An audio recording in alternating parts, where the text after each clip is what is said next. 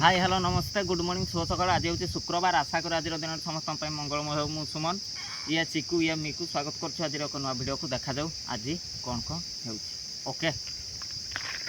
जदिव मोर सबुदिन गाधो गाधो टे लेट हो जाए मैंने मुझे जाणी जाणी टे लेट्रे विलंबर गाधे किंतु आज जेहेतु बाबू मैंने आसिले बाबू मान को टाकला कराला से रेंगणी कले जमी जान कि केनाल पानी आसी चलो भाई केनाल गाधे से नहीं आसी बाजिगला 11:30 गाधुआ पाधुआ करदे तापर घर को जा भोक लगे आज खाईनी है। बाबू मैंने आमर गामछा पिंधिकी रेडी मुझे टे भिडियो बनाऊँ उपरे अच्छी गामछा पिंधिकी भीतर को पशिगले पानी टे कमी जाइए कि खुशी एमती गाधुआ तो हो न बाबू एमती गाधुआ तो हो न बांपार रे से बाथरूम रे जाकि पानी ढाड़ी ढाड़ी गाधुव ओहो एपटे आस मु जंप करी ए ऊपर को आस तल को जाऊ ना बो तल आड़े जाऊ ना सेपटे उठे ना से उठी पारू नहीं एपटे आस ऊपर को चलो ऊपर को चलो ऊपर ऊपर खुशी रे तांको खुशी कहले न सरे है बड़पार थिला चलो डेई डेई गाधाओ डुबीब परा बुड़ीब परा कौन कौन कहूल सबू एपटे एपटे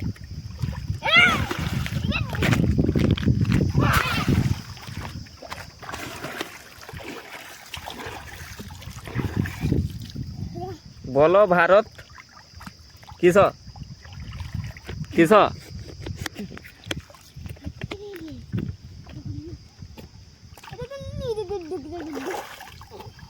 मुईना डेली मत बहुत गरम लगला झाड़ बाहर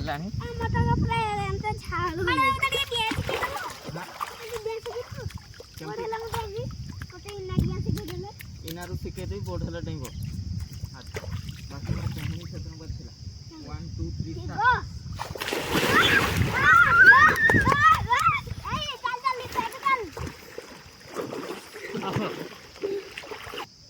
अरे पथ गोटे गुड़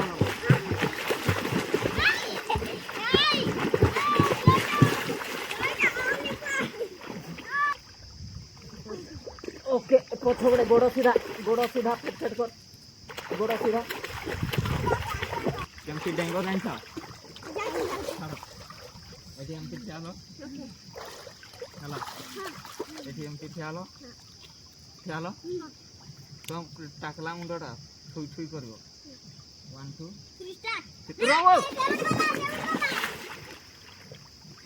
एमती पहले कौन डेंग होगी रुआ रुआ रो तुम एपड़े चलो डाको पुतरा सब छाड़ो हाथों का तोड़ बात होने हैं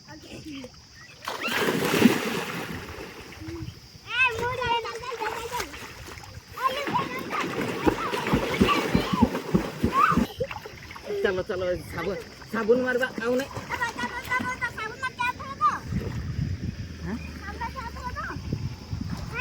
ना ना आउ गाधा गाधा नहीं चलो साबुन मारी एटा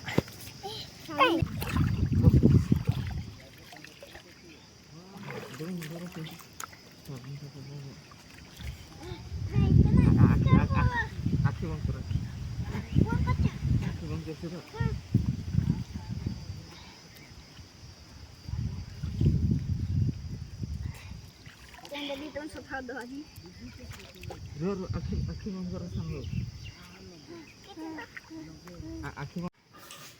गाधुआ पाधुआ सरला बर्तमान टी भेंडी आलू भात कारण माँ आज पड़े गोटे साहित्य क्रिया जोग देवाई आ घर दायित्व मो उपर बर्तमान न्यस्त दादा तो खाई सारे जदिव माँ कर लाउ तरकारी तथापि भेंडी गुड़ा भाजी देवा कथा सुखी सुखा गला खरा जमी हो गुड़गुड़ी प्रबल से परिप्रेक्षी भेंडी काटी देसी आइटम टे बढ़ेबा आमे तो खाइबा ना निजे तेल पकई देसी है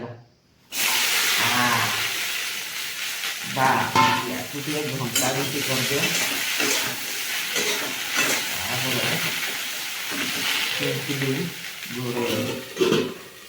भजा हो भीतर आम दीटा आंब बाड़ी धरिकी पड़े कारण पवन हो आंब पवित्र आंब पाची गोटे मत बाड़ी एतिकी पाचिला आंब मिलला एगुड़ा है खट्टा मीठा आंब टिके टिके खट्टा लगे है आउ यही गछटा आमर जो देखई दूसरी तुमको यही गछ सब आंब पाची जीवनी है किंतु ये जो ଗଛ ତଳେ ଯେଉଁ ଗାଈ ବନ୍ଧା ହେଉଛି, ଯେଉଁ ଆମ୍ବ ପଡ଼ୁଛି ସବୁ ଗାଈ ଖାଇଦେଉଛି। ଆଉ ଏଇଠି ବି କିଛି ରଖା ହେଇଛି ଯେଉଁଗୁଡ଼ା ଏକ୍ସପାୟରି ଡେଟ୍ ପାର ହେଇଗଲାଣି, ଏଗୁଡ଼ାକୁ କୁଆଡ଼େ ଫିଙ୍ଗିବା ପାଇଁ ପଡ଼ିବ। ଏଇ ଗଛର ଆମ୍ବଟା ବି ମିଠା ଲାଗେ। ହଉ ଆଜି ଏଇ ଆମ୍ବରେ ଚଳିଦେବା।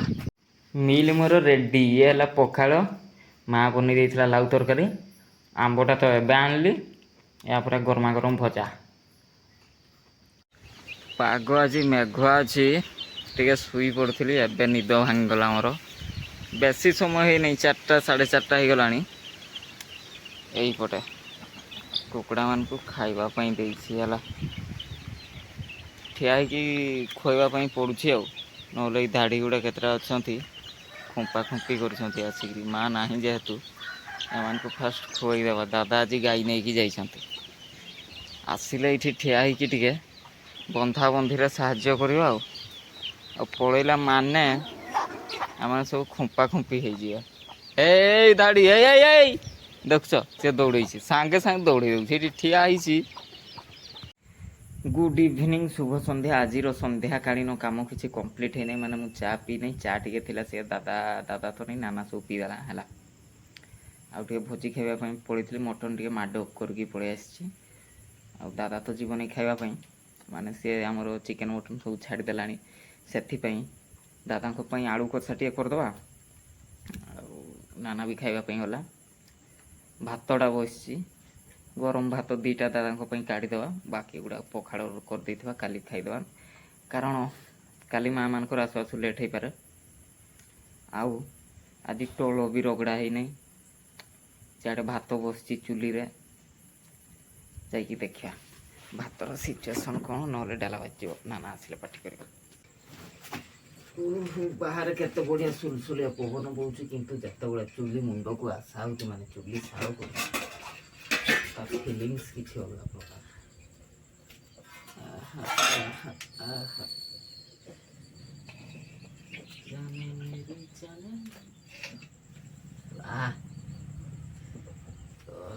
ସିଝି ନାହିଁ, ଆଉ ଟିକେ ସିଝିବ, ଆଉ ଟିକେ ହବ। ଜାଳ ଦେଇଦିଅ, ବାହାରେ ବସୁ ଦେଇକି। ଦାଦା ନାନାଙ୍କୁ ଏପଟେ ଟୋଳ ଛେଚା ଚାଲିଛି। ଆଜି ରଗଡ଼ା ରଗଡ଼ି ହେଇପାରିନି, କାରଣ ପେଟଟା ଫୁଲ୍ ହେଲା ପରେ ଟିକେ ଅଳସୁଆ ଲାଗୁଛି ରୋଷେଇ କରିବା ପାଇଁ, ବୁଝୁଛ ନା। ଆଉ ଏପଟେ ଆମ ମୋଟୁ ମାନେ ଶୋଇଛନ୍ତି।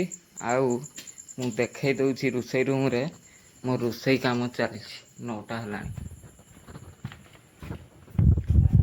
ହଉ, ଏପଟେ ବସିଛି ଦାଦାଙ୍କ ପାଇଁ ଆଳୁ ଝୋଳ, ଏପଟେ ବସିଛି ଚିକେନ୍। ହେଉ, ଆଉ ସେଇ ଭିତରେ ଆମେ ଯାଇକି ଟିକେ ରଗଡ଼ି ଦେବା। କେତେ ପିଟିବେ, କେତେ ଟୋଳ ଅଛି ଆହୁରି। ଏତିକି ଗୁଡ଼ା ଗୋଟେ ଗୋଟେ ପିଟିଲା ବେଳକୁ ବହୁତ ଲେଟ୍ ହେବ ନା।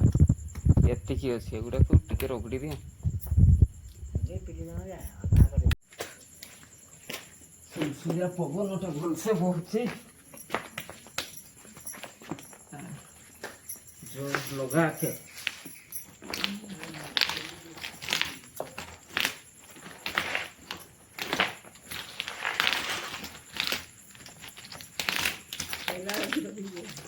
ଜଲ୍ଦି ଗଲା ଉପରେ ଖାଇବା।